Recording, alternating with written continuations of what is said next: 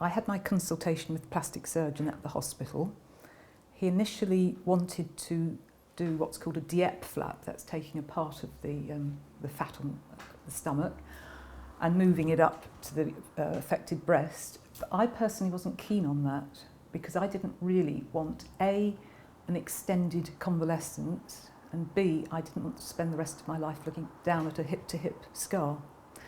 I had read up on what's called the LD flap. That's where they take part of the muscle and skin from the back of your, well, it's the latissimus dorsi muscle, swing it under and create a little elliptical shape at the front.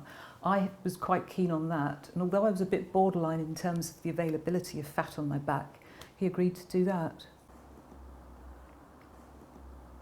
It's got me back to where I was before I was diagnosed with cancer. I can look down. In fact, one of the most significant moments in my life, and this is the honest truth, is waking up in recovery after the operation in sort of probably lots of morphine but in lovely warm surroundings and snuggled up, catheterised, just lying there, blissful. And I looked down, and for the first time in 13 months, I saw 2 mounds of flesh rather than just one. And that was absolutely wonderful. If somebody had said to me, you can't have a reconstruction for whatever reason, I think I'd have accepted that. Because I don't believe it's that your breasts that make you a woman. Others would very much disagree with me, but that's just what I feel. But you went ahead. But I went ahead. Why not? And I went ahead in the knowledge and the confidence that I was having a very good job done. I was discharged from hospital about 5-6 days after surgery. You have to make sure that the drains which you're attached to, you tend to have, in my case it was 2 at the front, 2 at the back.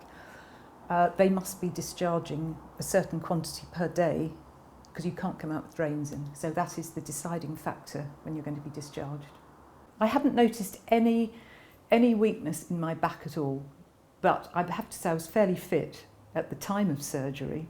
I'm not saying that you should have surgery, then go out and pick a tennis racket up for the first time in your life, but if your level of fitness is such at the beginning, then I think it's quite easy to maintain.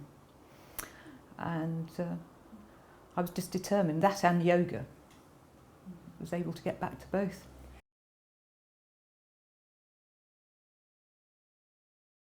I was concerned of the lack of symmetry, this perky new one versus that one which wasn't so perky.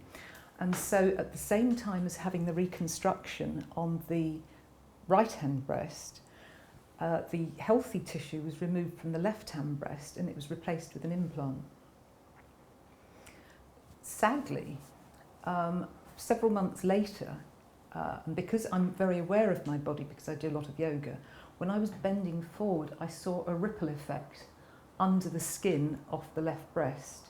And although it might seem a bit trivial, I thought, I don't like that. Can we do something about it? So when I went to see the plastic surgeon for a checkup, I expressed my concern.